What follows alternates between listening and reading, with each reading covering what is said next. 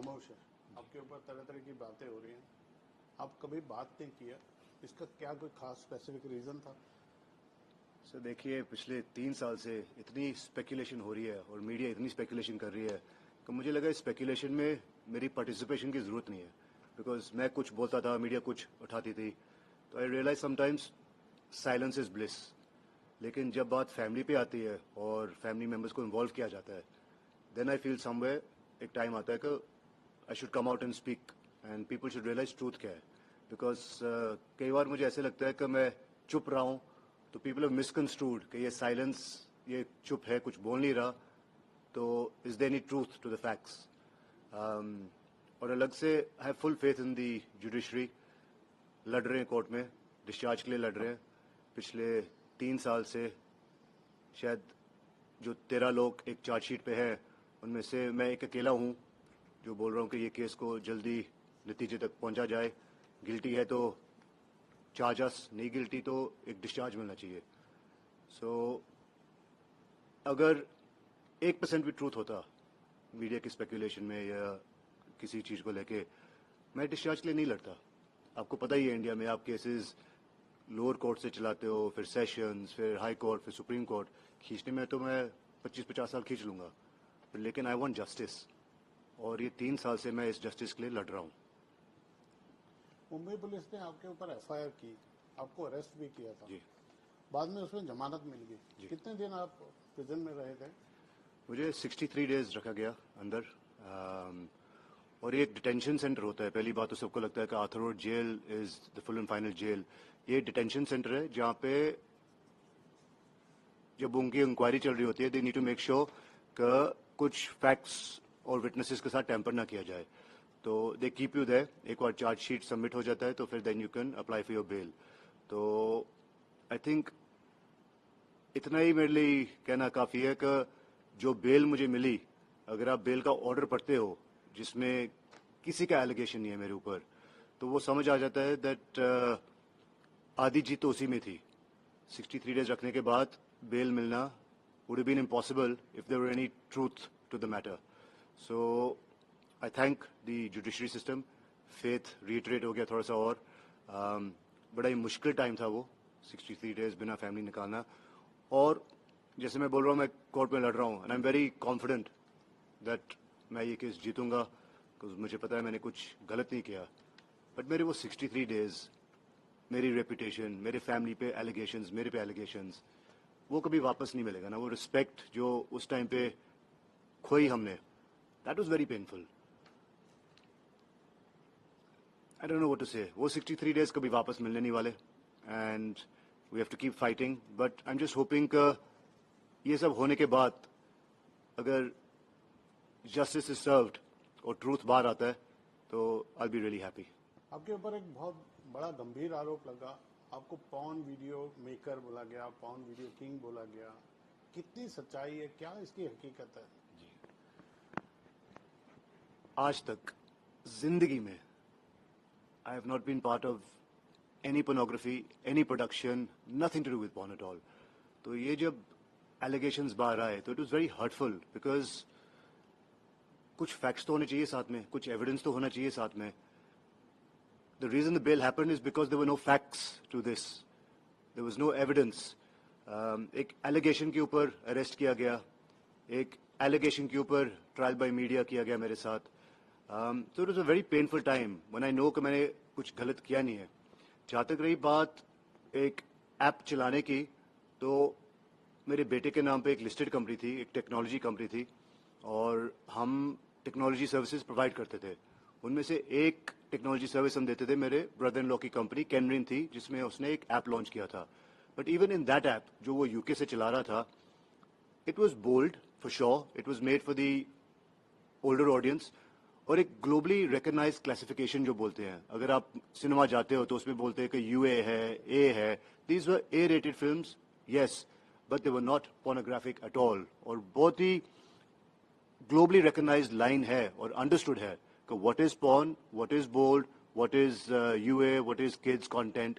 तो उस क्लासिफिकेशन के अंदर मेरे ब्रदर इन लॉ के app used to run various content and there was never anything objectional. अगर कुछ होता तो शायद मैं अपने ब्रदर इन लॉ को नहीं करने देता। तो जहाँ तक मेरा इन्वॉल्वमेंट रहा है, it is purely been as far as a technology provider, और ऐसा कोई भी नहीं है पूरे हिंदुस्तान में, not a single allegation from any girl. बार बार ट्रोलर्स बोलते हैं कि यू आपने लड़कियों की लाइफ खराब की, ये किया। एक लड़की सामने आ जाए जो बोले मैं राज कुंद्रा को मिली हूँ, या उनकी किसी मूवी में काम किया, या राज कुंद्रा ने कभी किसी मूवी प्रोड्यूस किया है, कभी मुझे सेट पे देखा, कभी कोई प्रोड्यूसर बोल दे कि हाँ हमने राज के इंस्ट्रक्शन पे कुछ बनाया है। There are 13 people on the charge sheet. उस चार्ज शीट की खिचड़ी बनाई गई है, और मीडिया क्या कर रही है कि Raj is kingpin of all 13 apps. I am involved the participation of software technology only with कैनरिन, जो मेरे ब्रदर इन लॉ का ऐप था, और उस ऐप में कुछ गलत नहीं चला रहा था।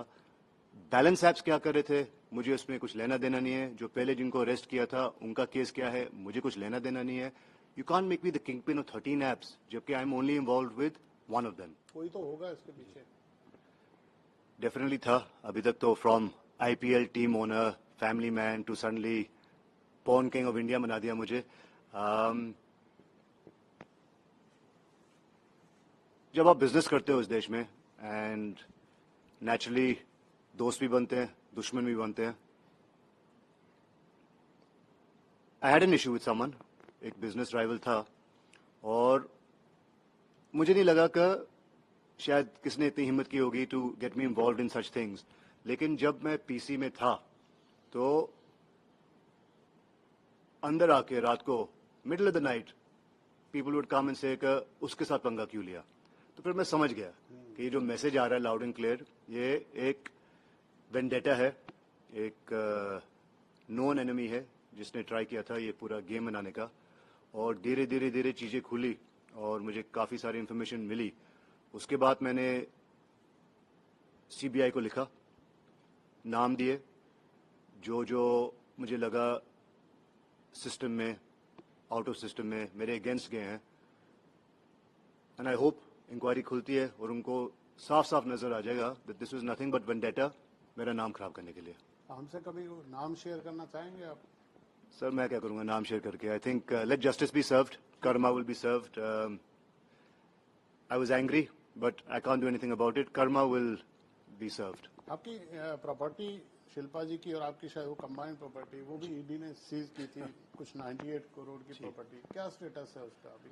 सो पहली बात वो आप केस समझोगे तो यू विल ऑल्सो अंडरस्टैंड, और जो अटैचमेंट ऑर्डर भी लिखा आता है, you will see on the attachment order clearly उसमें लिखा है that we have no evidence of any funds going to राज।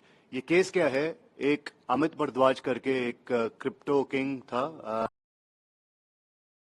जब मैं उसे मिला था 2017 में शायद, उसके ऊपर कोई एफआईआर नहीं था। एक रिस्पेक्टेड बिजनेसमैन था, आर्टिकल्स बड़े बड़े थे उसके ऊपर, बहुत सारा गूगल किया मैंने। तो मुझे वो बंदा इंटरेस्टिंग लगा। So when I met this person, उसको बिटकॉइन में काफ़ी सारा काम करना था, माइनिंग में। और मैं एक इजराइल में एक दोस्त को जानता था जो इस टेक्नोलॉजी में काफ़ी सारा एक्सपर्ट है। तो मैंने जब दोनों को मिलाया, अमित को ये बंदा बहुत समझ आया कि भाई टेक्नोलॉजी में ये है अच्छा और मैं इसके साथ करना चाहता हूँ। तो ही अग्रीड का मैं एक $5 मिलियन इन्वेस्ट करूंगा जिसमें $1 मिलियन साइनिंग होगी। और मेरा इसमें था कि अगर ये डील सक्सेसफुल हो जाती है तो 20% मेरा एक स्वेट इक्विटी था इंट्रोड्यूस करने का। Now remember this, British citizen, Dubai में मिला हूँ एक एनआरआई से, इजरायली पार्टी। तो पहली बात तो मुझे समझ ही नहीं आया कि ईडी का इन्वॉल्वमेंट कहाँ से आया इसमें। उसके बाद quantum of money received not to me directly to the introduction was $1 million. $1 million वो रेट पकड़ो, आज दुबई में मिला हूँ एक एनआरआई से, इजरायली पार्टी। तो पहली बात तो मुझे समझ ही नहीं आया कि ईडी का इन्वॉल्वमेंट कहाँ से आया इसमें। उसके बाद quantum of money received not to me directly to the introduction was $1 million. $1 million वो रेट पकड़ो, आज का रेट पकड़ो, 7 करोड़ से ऊपर का केस नहीं बनता। अगर कोई केस भी बनता है, उन्होंने पकड़ लिया बिटकॉइन वैल्यू। बिटकॉइन तो एक रिकॉग्नाइज करेंसी भी नहीं है पहली बात, और डील हुई है पेपर में $1 मिलियन की। वो अभी क्रिप्टो में भेजे, गोल्ड में भेजे, सिल्वर में भेजे, ये सारी चीजें हम लोग कोर्ट में लड़ेंगे। So it's not a problem. I went as a witness, मुझे बुलाया गया 6 साल बाद, 6 साल पहले, दैट अमित भारद्वाज के साथ आपकी कोई डीलिंग थी, बता दो। 6 बार गया हूं सर, 6 बार जाके every summons I have been there, I have given them all the facts. और मुझे बोला गया 2018 में कि आप विटनेस हो, थैंक यू, आपने सारी इंफॉर्मेशन दी है, बस। कट टू 2024 में without intimation all my properties are attached. और ये बात मुझे समझ नहीं आई। And then when I went again, वापस मुझे बुलाया, अगेन सेम चीज 6 साल पहले पूछी, वही चीज सेम अभी पूछी. एंड हम लोग क्या कर सकते हैं अभी, अटैच्ड प्रॉपर्टी है, we have to go via the legal system. इसमें हाई कोर्ट का भी एक रिलीफ मिला, they try to do their own evictions and everything. So High Court, it reiterated my faith कि लीगल सिस्टम एक justice है, यहाँ पे जस्टिस मिल जाती है. And clearly they said that इसको आप पहले कोर्ट में लड़ो, प्रूव करो जो आप चीजें, एलिगेशन जो आप डाल रहे हो. सर, किसी के चेहरे पे नहीं लिखा जब आप किसी को मिलते हो कि फ्यूचर में जाके वो कुछ करने वाला है, कोई पॉन्जी स्कैम करेगा, इतने लोगों को लूटेगा. सो एक किसी को इंट्रोडक्शन देना और मुझे इसमें इन्वॉल्व करना का वो प्रोसीजर क्राइम था. भाई उसने अगर कुछ किया है सालों बाद, मैं कोई जोशी नहीं हूँ, आई कांट से कह रहे ये बंदा आज अच्छा है बट 2-3 साल बाद क्राइम करेगा. The day I dealt with him, उस बंदे के ऊपर कोई एफआईआर नहीं था, क्लीन चिट था, और मैंने सिर्फ एक इंट्रोडक्शन दिया उसको, और वो इंट्रोडक्शन इतनी महंगी पड़ गई है दैट बिना मतलब my properties are attached. But again I have full faith in the judiciary. I know we will fight this in court और हम जीतेंगे इसको. ये आरोप लगता है जब एजेंसी आपको पूछताछ के लिए बुलाती है, समटाइम आप जाते हो, आप सहयोग करते हो या आप मेडिकल देते हो या आप एक्सक्यूजेज लेते हो, ऐसी भी बातें कही जाती है आपके साथ. मेरे ख्याल से अभी कभी ऐसे हुआ नहीं है कि मुझे एजेंसी ने बुलाया और मैं गया नहीं हूँ. 3 साल पहले जब सारे मुद्दे खुले थे तो उस टाइम पे I was there every time जब भी मुझे एक समन्स करके उन्होंने बुलाया. अभी भी जब ये बीच में एक ईडी का वापस खुला, पहले वो घर पे आए, क्वेश्चनिंग हुई, उन्होंने बोला था एक समझ दे रहे हैं आपको क्योंकि आपको यहाँ आके भी अपना स्टेटमेंट देना पड़ेगा अंडर डिफरेंट सेक्शन. तो I said absolutely no issue. उन्हीं दिनों में मेरा एक क्रिकेट टूर्नामेंट चल रहा था लाइव ऑन टीवी, जहाँ पे आपको नजर भी आएगा कि मैं बॉलिंग कर रहा था और मेरे लेग में कुछ एक इंजरी आ गई और एसीएल मेरा डैमेज हो गया. तो I went to hospital, MRI कराया, उसमें जेन्युइन था कि आपको 5-6 दिन का रेस्ट चाहिए. तो उस बेसिस पे मैंने सिर्फ एक डेट मिस की कि सर आप मुझे एक डेट दे दो, और बेकायदा उनको एक ईमेल भेज के उनकी परमिशन लेके कि I will be available on the next date you call me. और जो डेट पे बुलाया उसके बाद मैं गया और अपना स्टेटमेंट रिकॉर्ड किया एंड दैट्स इट. तो वो कहना गलत होगा दैट मुझे कोई एजेंसी बुलाती है और मैं जाता नहीं हूँ. I have supported them every time because I have full faith in the truth. मुझे पता है मैंने कुछ गलत नहीं किया, तो मैं क्यों छुपूं, मैं क्यों भागूं किसी एजेंसी से. ये सारी चीज़ों में जब शिल्पा जी का नाम आता है, जब आपकी कोई न्यूज़ आती है और शिल्पा शेट्टी जी का नाम उसमें साथ में शिल्पा के पति, शिल्पा की बड़ी बड़ी हेडलाइन चलती हैं, वो टाइम पे आप उस चीज़ को कैसे डील करते हो या आपको क्या कहना है मीडिया को, अगर आपने अपने हिसाब से कोई. शिल्पा ने अपना इतना बड़ा नाम कमाया यहाँ पे, इतनी मेहनत की इतनी लाइफ में यहाँ पे इंडिया में. It's so unfair that controversy मेरी है और आप मेरी वाइफ का नाम इन्वॉल्व कर रहे हो. क्यों? क्योंकि आपको एक क्लिक बेट मिलता है कि शिल्पा शेट्टी का पति डालेंगे तो ज्यादा आपको व्यूज मिलेंगे, ज्यादा वायरल होगी वो चीज को. बट आप अगले की रेपुटेशन क्यों खराब कर रहे हो? उनका ना लेना ना देना किसी चीज से, आप उनका नाम बीच में डाल के उनकी रेपुटेशन क्यों खराब कर रहे हो? या तो हो उनका कुछ जेन्युइन इन्वॉल्वमेंट है, ये कुछ है, but just because I am a husband आप मेरे ऊपर आ सकते हो ना. 15 साल से हूँ यहाँ पे, from an IPL team owner to you know businessman that's done many verticals, बहुत सारे इन्वेस्टमेंट्स किए हैं मैंने इंडिया में. तो मुझे नहीं लगता शायद that I am not known. तो बिना मतलब शिल्पा शेट्टी का पति नाम डाल के अपने व्यूज बढ़ाने के लिए, I think it's very wrong to bring in a person and try spoiling their reputation, their work. तो मुझे तो बड़ा गलत लगता है और इसलिए मैंने हाल ही में भी बोला था कि आपको कुछ बोलना है आप मेरे बारे बोलो, but don't get on to my family unnecessarily. अगले की मेहनत, अगले का हार्ड वर्क, अगले के जो रिकग्निशन उन्होंने कमाया, जितना काम उन्होंने towards India, the government services, Swachh Bharat, fitness India, so much she's done. You can't take that away from someone just by adding her name to one of my controversies. वो बड़ा ही अनफेयर लगा मुझे, तो इसलिए मैंने एक स्टेटमेंट दी थी रिसेंटली. तो फेस किसी भी इंसान का गुड बैड सब तरह के फेस आते हैं. फैमिली इंसान की वीकनेस भी होती है और स्ट्रेंथ भी होती है. घर में जाने के बाद आपको क्या, वो लोग भी कोई आपसे क्वेश्चन करते थे जब इतनी न्यूज चल रही होती है, तो ऐसा कुछ? Naturally, sir, I mean, media is a very powerful tool and आप टीवी के सामने बैठे रहोगे, कई बार तो ऐसा हो चुका कि मैं टीवी के सामने बैठा हूँ, मेरे ही कुछ कंट्रोवर्सी आ रही है and I started believing it my self. तो अगर मैं खुद बिलीव कर रहा हूँ टीवी देख के, तो इमेजिन मेरे family, my wife, my mother in law, baseless allegations, not factual. आप बार बार उस चीज को दोहरा रहे हो और एक क्वेश्चन मार्क डाल देते हो. पब्लिक को नहीं पता वो क्वेश्चन मार्क क्या चीज है, बट आपने अपने आप को सेव कर लिया, लेकिन वो क्वेश्चन मार्क के चक्कर में वीव लॉस्ट आवर रेपुटेशन. तो it is disturbing. Luckily my wife is been very supportive. वो जानती है मुझे, शी नोज का राज क्या कर सकता है क्या नहीं कर सकता. She is been very supportive और बिल्कुल मेरे साथ खड़ी रही है. And family is also been very supportive because they know, जो मुझे जानता है उसको पता है that Raj is a family man. मेरा फैमिली के आउटसाइड में मेरा बहुत ही छोटा एक फ्रेंड सर्कल है.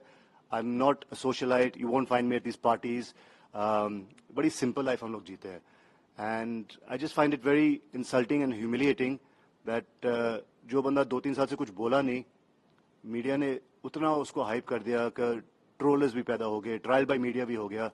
मुझे इतना पेन ये केसेस को लेके नहीं हुआ और ये अपना लीगल सिस्टम में जाने से नहीं हुआ जितना ट्रायल बाय मीडिया ने मुझे अफेक्ट किया. मुझे मीडिया अपना काम कर रही है, रिपोर्टिंग जो जो न्यूज़ आती है they have to report it, but जो वो अननेसेसरली न्यूज़ को सेंसेशनलाइज करते हैं और ब्रेकिंग न्यूज़ बना देते हैं और फैक्ट चेक नहीं करते, उस चीज़ से थोड़ा सा मुझे दुख होता है. Otherwise I know they doing a job, उन्होंने सपोर्ट भी किया है जब जब मुझे ज़रूरत पड़ी है. But somewhere I felt a little let down because certain segments of the media, certain segments of the system, I felt I got failed. So the system didn't fail me. कई लोग उस system के अंदर they failed me. But जहाँ तक media की बात रही है, हमारा एक लव हिट रिलेशनशिप चलता रहेगा. But we can't live without each other and we need each other. बस यही है दैट फैक्ट्स आने चाहिए सामने और unnecessary hyping up something that's not true वो अवॉइड किया जा सकता है. मैं लास्ट में सिर्फ ये पूछना चाहता हूँ कि आपको क्या लगता है पर्सनली, आपके एडवोकेट्स बोलते हैं आप इन मुसीबतों से निकल पाएंगे, आप अपने आरोपों से बरी हो पाएंगे सिस्टम से? जी बिल्कुल 100%. आई have full faith in the judicial system है. अगर मुझे लगता है कि मैंने कुछ किया, आई know I am not guilty of anything, अगर मुझे लगता 1% भी, तो आपको लगता है कि मैं अपने डिस्चार्ज के लिए इतना हार्ड फाइट करता? 13 लोग हैं उस डिस्चार्ज, उस चार्ज शीट पे, किसी एक ने नहीं फाइल किया. सब बोल रहे कि इस केस को 20-25 साल खींचो. मैं ही एक हूँ जो पिछले 3 साल से दिन रात लड़ रहा हूँ लॉयर्स के साथ. हम लोग अपना खर्चा कर रहे हैं कि हमको अपना डिस्चार्ज चाहिए. We want to fight our case, present our case. लेकिन पिछले 3 साल में अनफॉर्चुनेटली जहाँ पे मेरा केस है उस कोर्ट में 3 बार जजेस बदल चुके हैं. But that is part of the system. एक तो इतने केसेस है इस देश में दैट इट टेक्स टाइम. तो I know with time sooner or later I will get it. But यही है कि ज्यादा टाइम लग गया तो justice delayed is justice denied. तो आई होप वो जल्दी हो जाए और मुझे 20-25 साल ना वेट करना पड़े to get my clean chit. But I know I have done no wrong and the truth will be out soon. कुछ नहीं, बस प्लीज आप स्पेकुलेट मत करें कुछ भी. कुछ है, आई एम एक्सेसिबल, मेरी पीआर टीम एक्सेसिबल है. Check the facts, then go ahead and say what you have to. आप बिना मतलब एक एलिगेशन डाल के क्वेश्चन मार्क डाल दोगे और कुछ भी कैरी करोगे. I think that's wrong. If you think there's something, speak to my PR team, send a message directly to me, check the facts and carry the truth. That's all I request. Thank you sir, Thank you. बात करने के लिए बहुत शुक्रिया. Thank you so much, sir. Thank you.